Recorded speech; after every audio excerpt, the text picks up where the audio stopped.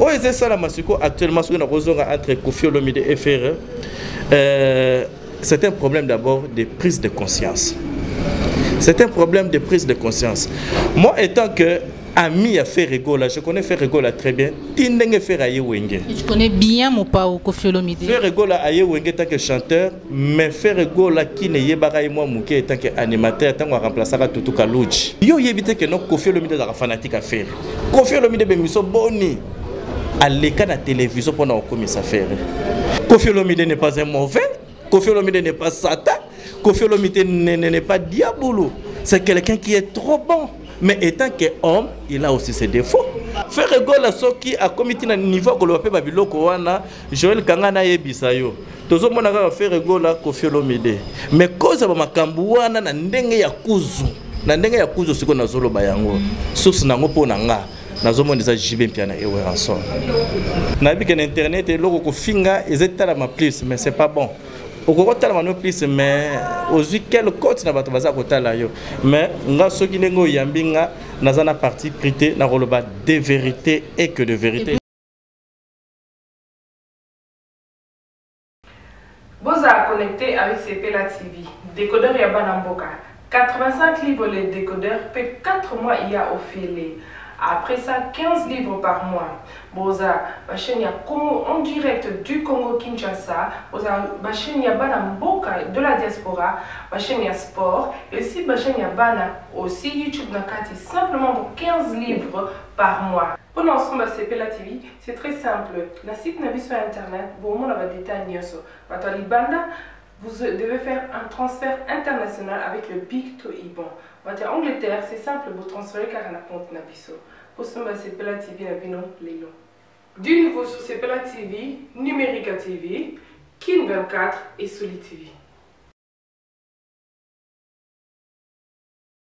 Mesdames et messieurs, amis fidèles internautes de Bistar TV, vous nous suivez de partout dans le monde. C'est un réel plaisir pour Joël Kombe de savoir que vous êtes nombreux, vous nous suivez de partout. Aujourd'hui, Joël Kombe reçoit pour vous Charlie Balaka. Il est opérateur culturel, expert de la musique congolaise, impresario de la musique, manager, solo, manager, solo, grand artiste congolais, musicien, avec qui nous allons parler de l'actualité musicale, avec qui nous allons discuter de ce qui se dit et ce qui se passe aujourd'hui au Congo, dans le monde de la musique Nabiso, à qui je vais dire bonjour. Mais tout d'abord, je dis un grand merci à ma patronne Béni Samba, la star aujourd'hui, câble mère, la bosanité S grave, soleil dans la papote, 10e match, la monipé, tonti Bétissia, la moté, madadi Lumingu, Gino Hollandais noir, impresario Claude Ndomassi, na bozanité vienanga, il est pacifique à l'ambia, il moté mayariti biaï, abimoma boko bank, Félix Mbatika na Londres, Bozé Belé, Chardin Dodada Port à Bajimon. Je dis bonjour Charlie. Bonjour Joël, bonjour le monde, jamais là, toujours là, je suis là. En tout cas, Babi espère la musique congolaise. Depuis quand? Depuis quand, c'est-à-dire durée dans la musique, Lelo Nazoko qui ça au moins 27 ans. La bande musique dans la Zaïko famille la day. Tant Zaïko Kabani na début 90, autre bien en 1990 dans la Zara Zaïko famille la day. Na Kota Wenge en 1993. Na 97 to sala maison mère. Na 2000 na ke sala Wenge Tonia Tonia. Na 2002 na zongi susu Wenge maison mère na masa nanga Kanchwele Didier Lacoste. Na 2005 na ke sala epa ya mwana nanga Koffi Olomide. Donc yo zala na bango nyoso to bango. Na sisi na noté nazo kendet. Au moment ya okata présentation. Donc na zakolo ba ke 2005 na ke sala epa ya mwana nanga Koffi Olomide na quartier latin étant que directeur ya administration ya quartier latin et puis porte-parole privé ya Koffi Olomide. Na sala ki une année na un mois na une semaine na un jour. Na longwe na yego zonga fallait na zonga maison mère mais Clément Zalaki bienté autant plus que non. Ngana maison mère nazaki non seulement porte-parole à Weranson mais nazaki directeur ya cabinet à Weranson. C'est-à-dire batunyo so bayebi réalité à Wenge bayeba que non soko moninga na samba pla na koti seke we ranso na ye soko moninga na voiture na sali boso seke nkoya za na sima na za muta suka o za okabona na we ranso na lala do sali loko za okabolanga ne kaka pongi donc tango na longwe pa Koffi Olomide nde na se lansaki na bokasité ya grand frère na Zakari Bababaswe c'est un ami mais grand frère aîné aza modèle moko moderne pour nanga yenda conseiller kinga avec Gito Bola qui pona comme chroniqueur à musique na travaillé na CNTV chaîne Alboso na bandi après Chabani Record ayo benganga ayo proposer ngana travailler na espace moko ezaki un certain vendredi na présenter émission et c'est na Congo Web nous avons ça l'émission et c'est émission confirmation et banda na Congo Web ezaki na sponsor dommage na CPLAT puisque à l'ongolanga la chaîne moko pour la chaîne ne à kosanga que na robanozwa quelque chose na travailler qui na tiko zo ta bière moko ya skolité o ezaki sponsor ya espace nanga j'étais obligé na longwa epanaye na ke na chaîne ya grand prêtre Vital Kamere Canal Futur na travailler que moi muke chaîne eyeko kufa mbule beta ki kake antenne koya likola ndako mbala liboso na mona antenne ya TV koyi chaîne kufa mais mikolo na moni zongi. Mais pour le moment, nous avons Kin 24 télévision. Et tant que chroniqueur à musique, émission samedi à 22h. Et puis lundi à 10h30, comme émission à confirmation. J'espère que nos bâtons sont crochet na bouquet Canal Plus, na 345. Balanda émission. C'est purement professionnel, na nenga musique. Mais entre autres, nous avons opérateur culturel tout au début, c'est-à-dire na bête saraba concert. Na beta ba concert na zora ba musicien na biso awa na zo beta ba concert na ndenge kaka ya producteur te mais management. Je vais te dire na ko relever le moko je suis le tout dernier producteur congolais où ya betisa Papa Wemba avant kufa. Les 3 et le 4 il a cela 2 ans passé na Boma. C'est-à-dire concert à Suka Papa Wemba beta ki le 3 et le 4 janvier na zo Papa Wemba et vive la musique na mema bango na Boma to beta concert. Et puis quand on a concert on a papa qui Paris aye Brazza makamba sapologie azongi Paris aki Abidjan akufi na betisa we ranson ba concert balebele na ba mayalos na betisa liste za mulai na Brazza n'en parlons même pas na za manager artiste belé bref yango na loba que non tout au début que je suis opérateur culturel voilà vraiment que non au boti vraiment au boti benza misisa na domaine ngo oyebi vraiment donc ça veut dire que batang ba polémique e banda ya quartier latin ba polémique ya BCBG maison mère nous sommes balé aux ala déjà mais aujourd'hui tout moni on est polémique ngo ezongi lisusu makasi ezokola réaction na yo tango yo ki arrestation ya Ferregola par Koffi Olomide Ningazaki retenu na cacho et ça les condamné. Bon d'abord anemo na linga va to côté na mozindo wana Joël ngana yo toza ba peau noire. Lelo Afrique toza na actualité za makasi par rapport ya ba nyangala kata o baza ko teka ba esclavagisme on n'a plus besoin de ce marché triangulaire on en a marre.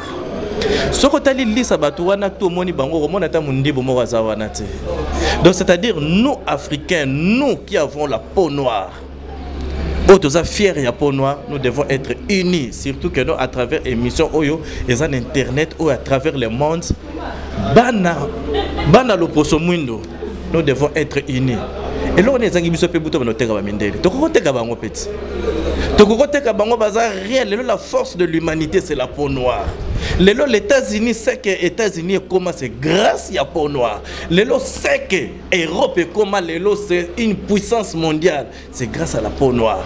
Alors bah makamon eza ko sala mawana, nous aussi les noirs, il faut te bête à l'obo qu'on a mis ça pour dire que non, cette fois-ci bison des photos no teka ba mindele. Qu'est-ce qu'il y a à la base il y a esclavagisme mais wana ya ko teka ba homme noir.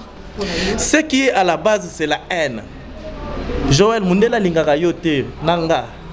Biso pe lokola te comprenait que Mundela lingaka biso te to lingaka bango te. To lingaka mindele te ngana ko senga même na ba yaya o bazu ba fiancé ba mindele bokata bolingo wana puisque mwana ko bimana obimana poso pembe. Mundela lingaka muito mwindu te depuis e bandeli ya début du commencement ya mokili oyo. Alors biso pe to lingaka bango te. Et puis na ko senga na bato wana nyonso ba mindele wana bandibu wana o ba yebike. Bateka ki ba noir ba son service ba noir na biso mais ba boma déjà na ba non ngala solo kana kikingeso a ko son sa ba mbong les pétroliers l'homme puissant du moment, donc il n'y a pas de demain sans demain, pour demain, il y a un faire. À raison que ça va là, on a la pire petit Cardozo Mwamba. Bah, il y a la biso noir, on a Nyos, on a $450, bah, tekeli bango, tu refoutes à bango, on a fadé, et puis tu ressembles à moto et bah, mindele, on a baya somba bango. C'est vraiment humiliation, on a, tu peux permettre un côté. Donc, on dirait à clin d'œil pour nous relaxer que non. Moi, je suis fier, il y a peau noire. Et je soutiens. Je déteste la solidarité de la peau noire. Donc, mon élément comme on dit, la peau noire. Il n'y a pas de demain sans demain. Demain, la vérité triomphera. Voilà votre réaction par rapport à l'arrestation des Ferregola par Koffi Olomide. C'est avec un personnage que je vais répondre à cette question. Mais d'une manière générale, je dirais que non, actuellement, polémique, c'est une prolongation de Bunyangalakata. Vous comprenez? Encore une fois, la polémique na musique à Congo, c'est une prolongation de Bunyangalakata. Époque de polémique, c'est évident. Musique lelo, c'est une polémique pour avoir quoi? Plaque tournante de musique na biso, c'était Paris. C'était Paris, Europe d'une manière générale. Et si moi Zénith, Bercy, aux sentir l'orientation, il y a une grande distribution phonographie, Salama, une grande distribution, une réalisation, un concert scénique à Makasi Salama. Les lots ont la polémique pourquoi il y a une prolongation de Bunyangalakata. Puisque polémique et c'est évident. Polémique au Ezala qui fout à quelque chose, c'était Guerre Tosala, Bata Jibem Piana. Joël Oyebi a que non lelo, aucun musicien planétaire,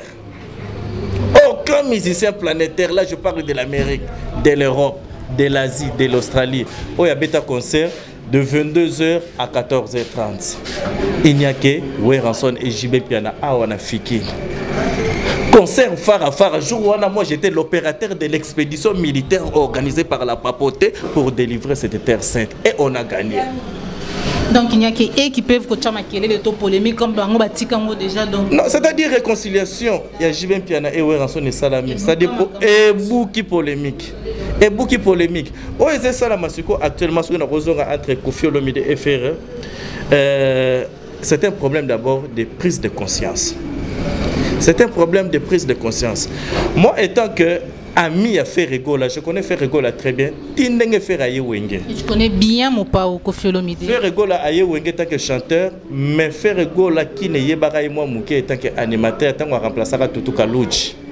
Na concert Pétagol Tobeta pour wana ngai installateur à wenge. Je connais Koffi Olomide à Benganga papa. Parce que, entre guillemets, papa bote comme un Charles. On appelle Charles, na Sansouana. Et puis Koffi Olomide, c'est quelqu'un où tango to solo là qui n'est pas na longue pas ya Weranson ya epa na ye tozaki na balia makasi et puis na salele musala malamu problème wana to condamné kaka et fêté que batuloko bazolobo afundi mais ko funde za mabete. Maman, une convocation n'est pas une condamnation. Est-ce que va condamner faire? Qu'on convoque déjà dès que au fond va porter au plainte, c'est quelque part tu es en tort, soit tu vas linguer. Non, mais justement, il y a un lobby qui ne condamne pas seulement les faits, condamne aussi la cause. Pourquoi Koffi Olomide a commis un niveau au Kangis à faire? Il y a évité que non Koffi Olomide a fanatique à faire. Koffi Olomide a mis boni à l'écran de la télévision pendant commis à faire. C'est-à-dire, tu as eu courage ou à faire. À même la justice, c'est que à mon avis que non, j'en ai marre. Et alors ceux qui payent Koffi Olomide, Abanda qui fait répliquer quelque part? Non, c'est-à-dire, tu comprends que justice à Congo, c'est une injustice. Kofunda motoza ko condamné mototé. Et puis la cause fondamentale au Koffi Olomide a fondé Ferré, eza benjir oyo Ferré de batunaye. Moi j'ai vu même des artistes des comédiens, baza ko finga Koffi Olomide na des injures que tu peux pas supporter. Est-ce que ça problème à contraté? Mais justement va fonder par rapport à contrat. Ngai pe personnellement na zakana contrat na Koffi Olomide mais nga contrat na ngezaki verbal ezaki contrat ya ko signer nga Koffi Olomide na remercier kaye puisque pour la première fois na carrière musicale na nga muta sombela nga voiture c'est Koffi Olomide. Donc c'est un bon quelque part. Oui, c'est un bon. Koffi Olomide n'est pas un mauvais. Koffi Olomide n'est pas Satan. Koffi Olomide n'est pas diabolo. C'est quelqu'un qui est trop bon. Mais étant qu'homme, il a aussi ses défauts. Ferregola n'est pas forcément bon ou mauvais. Il a ses qualités, il a ses défauts. Ferregola doit se reprocher. Pourquoi Koffi Olomide a mis dans Moloko? Koffi quelque part doit se reprocher. Pourquoi Ferregola a dit ce qu'il a dit? Mais justement, Ferregola, ce qui a commis un niveau que l'on peut faire, Joël Kangana et Bisayo. Tous les gens ont fait Ferregola Koffi Olomide. Mais cause de ma Kambouana, na ndenge ya kuzu. Na ndenge ya kuzu siko na zolo bayango. Source na ngopo na nga. Na zomo nisa JB Mpiana et Weranson. Ah bon, Babi Oza ba révélation vraiment. Je te dis que non, ngai naza petit de la forêt. Lelo ndenge nazo solano bien que naza conseiller spécial ya Weranson. Vous comprenez, naza conseiller spécial à Weranson. Naza pire petit à Mukolo. Au moment où JB Mpiana na Weranson va se réconcilier. Il fallait réconciliation à la sincère. Mais ces derniers temps babeba na ke puis ndenge bazaona na jibe na wera ata bazoko lo babango mi balete bazaya ko beba na bolingo eza lisusu te. Il semblerait que no bakota makambo pour nous soutenir Ferregola. Non, wana tozo ke malembe. Weranson atikala kokota makambo te bokota Weranson a été l'église au milieu du village. Na ndenga kati ya sa fiche. Non. Pour bendele ya maison mère. Non. Weranson a conseillé Koffi Olomide, a conseillé Ferre. Vous comprenez? Aza église au milieu du village, aza soutenir Koffi, aza soutenir pe Ferreté. Azo le bango eza mabe ko zo mutu na prison za mabe.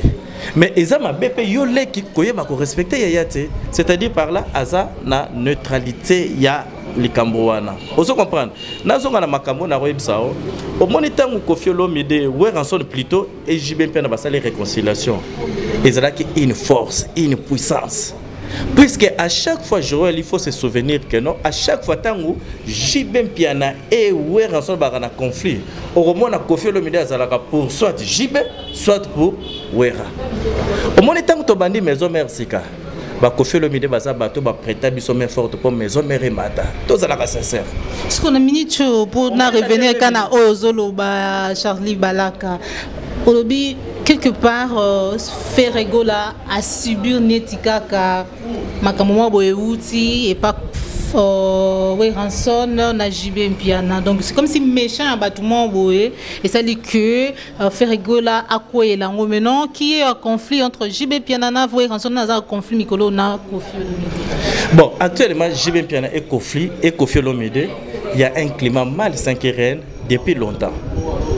Ngala roye biso voir même Koffi Olomide a beta qui tourne à Palme Beach puis c'est ngala directeur de production à Palme Beach je suis le conseiller de M. Cherika Bamba. Palme Beach est un siège ya JB Mpiana. Koffi Olomide a yaki sur invitation ya muta organiser qui kermesse wana pour abeta concert. Visite a yaki kakambala moko ça crée des problèmes. JB Mpiana wenge BCBG bakenda kozwa même basango baya kosala messe balongola milimo Koffi Olomide poka kachalo kolo wana. Ce sont des faits réels. Dernièrement, il y a une émission de M. Cherika Bamba. M. Cherika Bamba a détaillé la vérité. Pour la première fois, papi de presse solo. Pour la première fois, Koffi Olomide a le colo, n'a pas le Beach. JB Mpiana qui a passé en communion, il y a un sincère à Milinga. Mais c'est pas le molimo ya Koffi Olomide, et ça la passe. Abi oba grave révélation. Mais je te dis que je suis comme Pakalangonzo, l'impresseur de la musique à Congo, c'est-à-dire toutes les bino bozaba miké. Information la source boyo gango. Mais nazo ya bisabino que non. Biso tozaba bibliothèque ya musique à Congo. Mais qu'est-ce qui se passe? Banda ya musique à Congo to yebi ndenge ba matsa orchestre, to yebi ndenge ni to go panza orchestre pe kufa. Ozo comprendre. Il y a Ferregola nini entre Koffi Olomide et JB Mpiana. Oyebi papier le prince, aza porte-parole il y a Weranson. Oyebi Roger Ngano, aza porte-parole il y a JB Mpiana. Mais ce qui n'a yebi so ba image o ba wutu ko sala ba wutu ko fingana na ba télévision na ba internet. Et là qui que non, ezala JB ezala Wera ta bazo bombana. Basa na climat ya bien te bazo yokana te. Bokaboni wana ya JB Mpiana et Weranson yango esali que non lelo. JB Mpiana ben là va nous soutenir Ferre. Oui. JB Mpiana va nous soutenir Watanabe.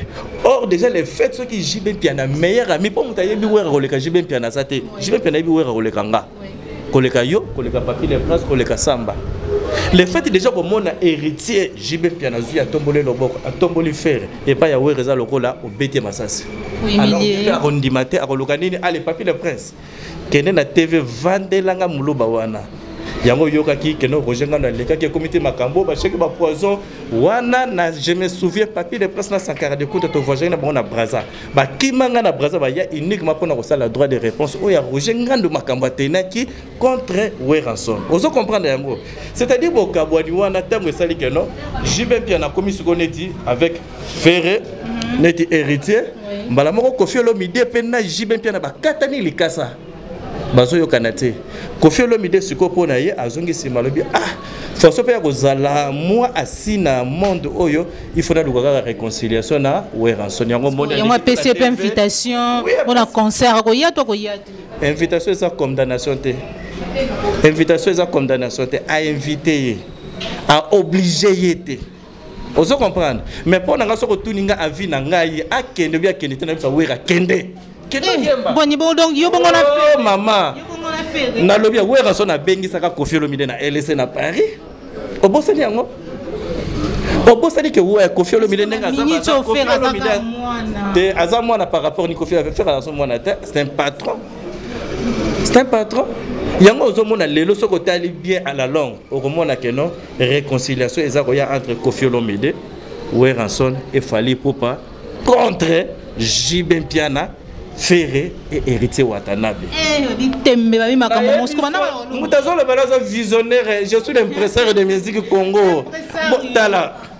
Bah, c'est ça, la m'a fait Koffi ça, moi je condamne pas les effets, la cause fondamentale. C'est Bokabouani sous Oyo ya Jibe Mpiana et Weranson. Y'a honte beauté Makambouana. Vous comprenez? Tout marché va monter. Mais pour la Atuana, ce qui est vrai, c'est africain. Comme Mamoudou la justice, la justice africaine Zaramabé. Voilà, Koffi Olomide, il fallait beaucoup réfléchir sur ça. Faire rigole, il a condamné, il faut que le langage ne relève pas à montre. Puisque ce qu'on a même la portable, la vidéo, on a internet. Non, on ne peut pas insulter quelqu'un comme ça. Surtout, Mouto Zara patron Nayokala, c'est pas bon. Faire rigole quand tu es les masses, vraiment, il fallait qu'on dose. Koffi Olomide, conseil européen, s'il y a un problème, qu'on a la justice, bon, on a arrangé, on a bandé, on a église au milieu du village. Mais si on a tant que Kaparalangonzo, on va qu'il n'y a pas que Basuka, on a condamné à Kota Boloko. On a des conseils au Pessavango. Oh, non, on a conseil étant que église au milieu du village et puis étant que Kaparalangonzo. C'est-à-dire que. Ils ont joué des rôles au même moment. Maman, mon kilo salama n'a qu'à balé. Le monde est à coexister na deux effets. Monde des alagana boutou na moi. Avantage na désavantage. Boutou na moi. Si na mobali. Non, mais justement il y a mon azopé ça fait na ngai. Donc entre autres pour na makambo na ngana kosenga na bato lokola ba Félix Oazé quoi ba kota makambo na te. Il pas côté yango a soutenir petit na faire rigola. Badolphe de Minguez ba kota yango te. Et ça conflit guerre et bandit déjà guerre et bandit déjà mais ce que c'est la annonce officielle ya Weranson na Koffi na Jibe Mpiana. Puis c'est bazo battre ma porte-parole bazo finga na mabe na ba télévision na ba internet tozota na bango olanda ki papier de presse makambalo ba pona Jibe olanda ki ba Roger Ngando ba mosaka mte makambalo ba ki pona Weranson. C'est ça. Les locaux on levé ou bien plaque ya musique à Congo ici mamina bato na mibale Jibe Mpiana et Weranson. Vous comprenez? Donc oui. Mingi venir au Lebeza, on a été basé à Mikolo, prise de conscience c'est ça la bango, baye ba condamné ba cause pour effet et la bongoté. Voilà. En tant que l'impresario de la musique congolaise, analyse na yo, bilan na yo par rapport à la musique n'ingezo évolué lelo, est-ce que ils ont évolué tes musiques à lelo, la musique il y a 5 ans, 10 ans passés, c'est la même musique. Tes musiques à l'Élysée à Rukufa, l'industrie musicale est morte, complètement morte. Bravo, n'a quelques-uns. Au besoin ça le faire ta Congo n'était pas petit nabiso au moins na Jana na au maître Gims. Il y a pas comment sur tantôt. Fally Ipupa ça va encore mieux. Bien que même n'a pas polémique yo à côté peut n'a pas polémique puisque partie B et c'est pas là qui était comme on a Fally Ipupa nanda kwa Koffi Olomide bazo yemba bazo bina. On se comprendre. Yango zomona ba makamwana. Donc musique na biso za kokufa eza vraiment ya kokufa cause nango eza bandeko na biso phénomène combattre salama na poto. Ngana senga bango vraiment encore une fois bandeko na ngai bo boule bien. Ba misa bazana ba innocent. ba musicien baza rien na makambo politique en mboka oyo donc botika bango baya na poto moi Bercy Zénith Olympia ezonga ekosala bien Africa liboso abeta Bercy na monde na Paris comme on est Koffi Olomide Africa liboso atondisa Bercy tina libanda comme on est Weranson. Ozo comprendre, JB bien na beta Bercy papa Wemba c'était vraiment fierté en mboka na biso.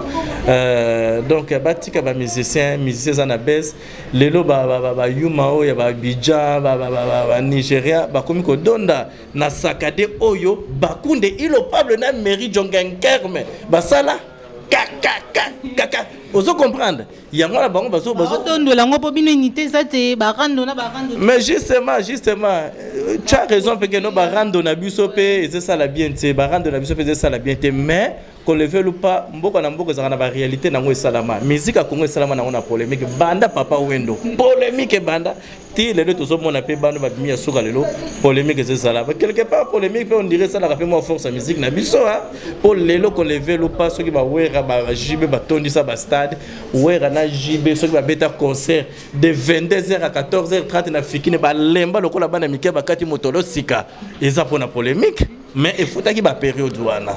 On se comprend. Donc, moi, prise de conscience que la musique n'a pas été Charlie Balaka, nous sommes arrivés à la fin de notre émission. Un message à travers Bistar TV, dans le monde entier. Un message. Message dans le monde entier, la nouvelle a bien la précision et si il y a un professionnel. Ba expert en musique, ba impresario, ba manager, ba to bazana ba capacité compétente ya koyeba koloba art musical. Biso ba Charlie Balaka batala biso awa et puis ça sert félicitations. Bozala ndenge boza, boluka ba biso to yima solo pour trouver ba kamba vérité. Vous comprenez? To beto ba kamba vérité puisque il y a des menteurs rebelles ba ya na télévision, boina boye, peut-être bani ko finga, na bi que internet et loko ko finga, ils étaient là ma plus mais c'est pas bon. Au côté de plus mais aujourd'hui quel côté n'a pas basé à côté là yo mais nga so ki nengo yambinga nazana partie prité na roloba des vérités et que de vérités. Et puis des graves révélations. Justement surtout des grandes révélations puisque je vécu dans la musique depuis 1990 maman j'ai 27 ans. Pire petit à lengi lenga awa na monde des aranga. Donc banda masolongo to ngana botama. Voilà lengi lenga oyebi ya lengos. Moutassa la meilleure chanson à Zayuko Mouvaro. Mouvana Leli, bon, à Koufafi Nanga, Moutakota la musique. En 1990. On se comprend. Donc, Banda 90, on a une université pour la musique. Lelo Toye, Tosali Maison Mère, Tosali Tonia Tonia, n'a pas moi, n'a Koffi Olomide. Lelo, je suis un grand opérateur. C'est mon fils, Koffi Olomide. Naza le seul moto oya lobango na TV ka pesa ngambo ta gombe moto pour na respect ya kombo ya papa na Charles Agwepa ndenge pe yopozo benge son fils mais benga nga papa tango benga ngai papa kana bengo nani mwana nanga voilà en tout cas numéro de téléphone ceux qui ba balingi ba contacter yo ba kozo yo na numéro ba balingi ba contacter ngai ba contacter nga na 00 243 89 64 10 901 wana numéro nanga merci na yo merci na chaîne na biso internet à Kitoko encore une fois bambote na bino to quoi donc na pesika ka mbote na meilleur sapeur ya ba Congo mibale archevêque Ben Lobobo. Merci. Ouais, merci. C'était la Charlie Balaka. Vous étiez nombreux, vous nous avez suivis de partout dans le monde. Un grand merci à Ben Waï qui est à Montréal. Un grand merci à Mastar, Tarsis Abati. Bozé Bélé, Bafana Joël Kombe Bino Batou Obolanda Bisso. Un grand merci à Tantine Béticia. Un grand merci à ma patronne Béni Sambala Star en José Câble Mère. Nabozanité Gino Sele.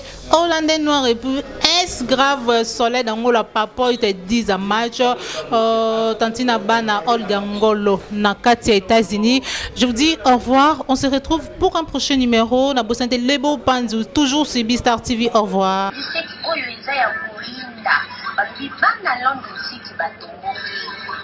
Salon et comme beauty evaluation et il y a solution on a il faut qu'à groupe ya libanga talo on a posa perruque brésilienne et atanakatia beauty evaluation heba yoyo okukuta toutes sortes de coupes toutes sortes de couleurs et de perruques naturelles ya moto bengi sibino nyonso bana London City, bana Birmingham, bana Manchester, bana de partout dans le monde. Pour y épeler comment la mosala na beauty evaluation hair by yoyo. Adresse 556 Lordship Lane, Wood Green, London, N22 5BY. Contact 079 60 15 91